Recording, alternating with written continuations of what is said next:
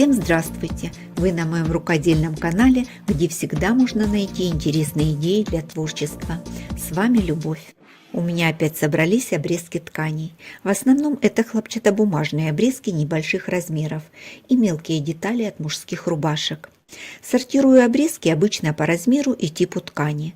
Когда есть время и вдохновение, шью из них полезные вещи. Кто любит возиться с лоскутами или хотел бы попробовать что-то сделать несложное, усаживайтесь поудобнее.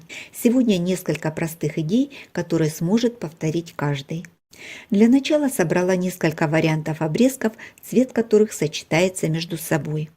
Проутюжила и разложила в отдельные стопочки. Начну подготовку обрезков к стачиванию. Буду собирать полосы шириной 5 см. Для них нарежу полоски длиной около 6 см. Ширина не имеет значения, она будет разная. Нарезать полоски можно при помощи ножа, это будет более точная сборка. А можно приблизительно на глаз и потом подровнять готовые ленты. Для удобства взяла шаблон. Если попадается кусочек приблизительного размера, я его не обрезаю. Из обрезков побольше нарезаю широкие полосы нужной длины.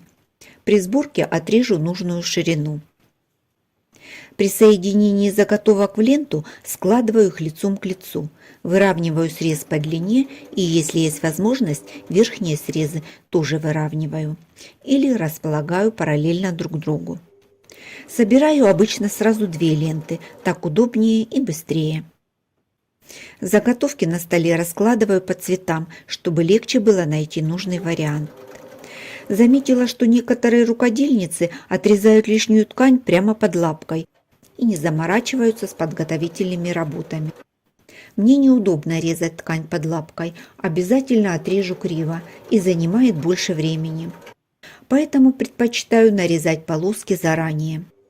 У меня сегодня в работе много ткани в полоску. Пришиваю ее в разном направлении, как вдоль, так и поперек. Ленты из полос можно собирать и на подложке. У меня есть несколько видео, где я делюсь разными способами сборки. Ссылку оставлю. Кто не видел, заходите, смотрите. Больше всего мне нравится собирать ленты из заготовок на клеевом флизелине. Но сегодня мне этот способ не подходит. Клей делает ткань плотнее и жестче, а мне нужно сохранить структуру ткани. При желании можно использовать подложку из бязи. Ленты собираю короткие, буду шить изделия небольшого размера. Теперь все заготовки мне нужно проутюжить. Начинаю всегда с изнаночной стороны. Для начала задаю направление для припусков. Затем поворачиваю на другую сторону и проутюживаю с лицевой стороны. Ленту держу посередине и слегка натягиваю, чтобы она получилась ровной и не образовались складки в швах. Размечаю на полосках нужный размер. Я сделала ширину 5,5 см.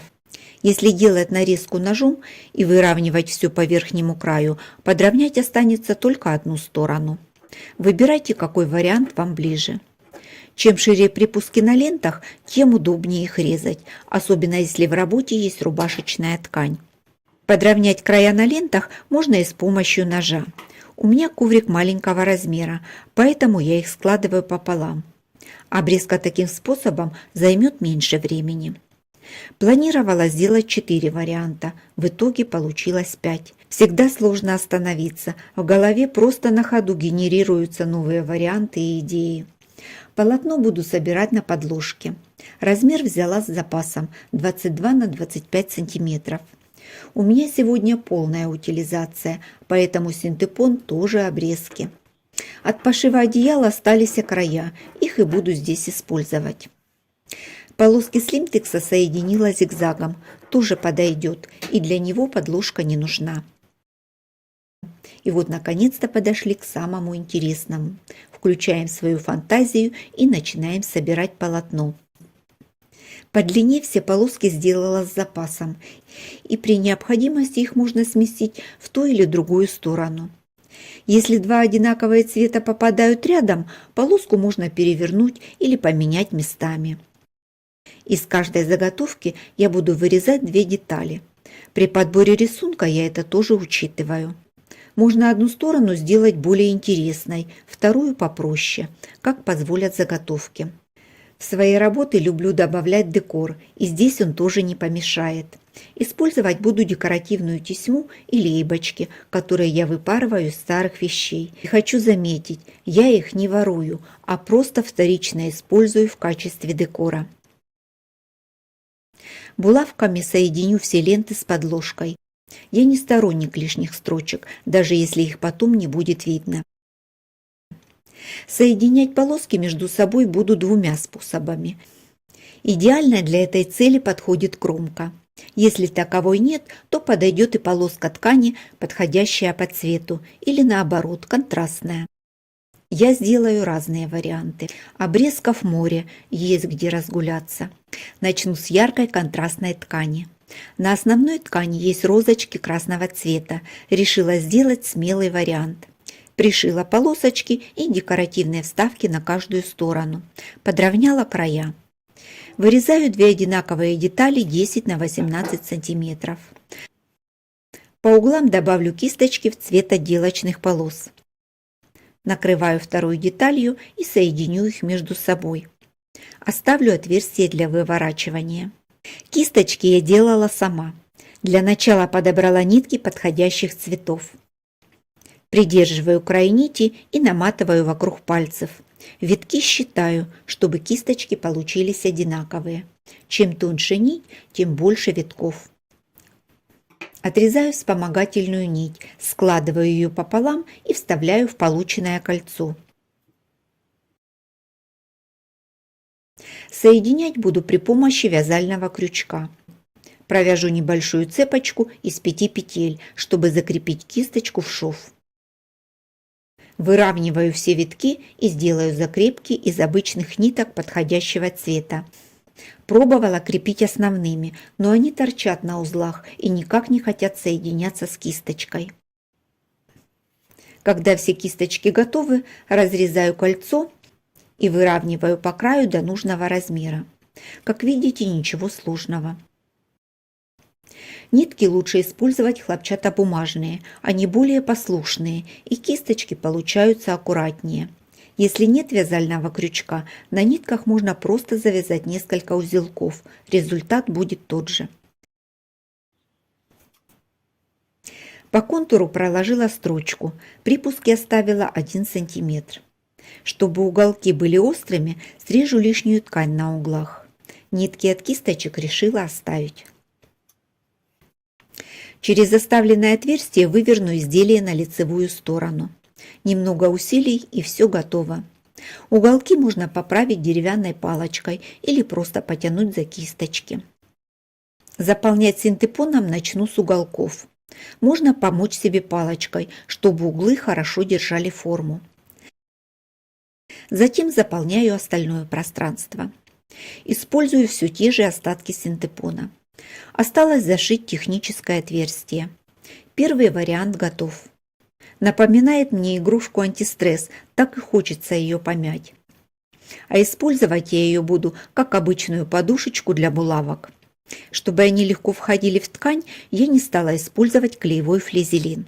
Второй вариант сборки отличается от первого. Здесь полоски соединяю между собой и одновременно с подложкой одной строчкой.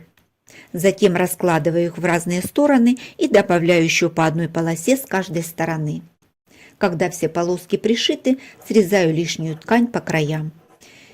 И дальше работаю с заготовкой, как в первом варианте. Верхнюю часть следующей заготовки буду собирать на поролоне. Для нижней подойдет любая подложка. У меня собрана из полосок слимтекса.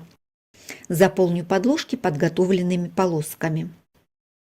Соединяла полоски, как во втором варианте, и дополнительно простегала по диагонали прерывистым зигзагом, немного его растянув, чтобы получилась волна. На поролоне стежка получается более фактурная. Вырезала два прямоугольника 10 на 18 сантиметров. Для этой модели буду скруглять все углы на обоих заготовках. Дальше мне нужно соединить их между собой. Замеряю длину по всему контуру заготовки. Получился 51 сантиметр. К полученной длине добавила 2 сантиметра на припуске для стачивания. Ширину взяла 3,5 сантиметра. Заготовку простегала со слимтексом, чтобы она хорошо держала форму. Этой полоской соединю детали между собой.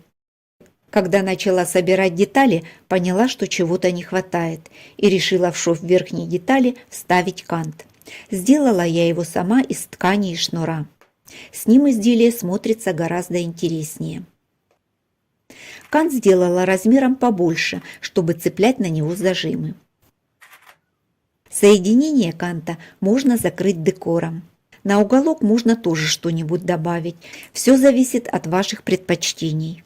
Если нет никакого декора, можно просто пришить обычную пуговицу, подобрав нужный цвет. И еще один вариант. Это обычная подушечка с большой петлей. Внутри заполнена поролоном, а по углам синтепон. В объеме явно уступает предыдущим. Шила я ее специально для швейной машины, чтобы не таскать за собой игольницу. Не знаю, как вам, а мне одной мало. Одна стоит на рабочем столе, а возле машинки ничего нет. Вот и ношу ее туда-сюда. При необходимости ее можно закрепить поближе. Или наоборот, если мешает, убрать подальше. Все игольницы у меня довольно большого размера, и это не случайно. На мой взгляд, так они выглядят более оригинально, привлекают внимание. Когда ко мне приходят знакомые, все без исключения обращают на них внимание, руки сами к ним тянутся. Чем меньше размер лоскутков, тем интереснее получается изделие.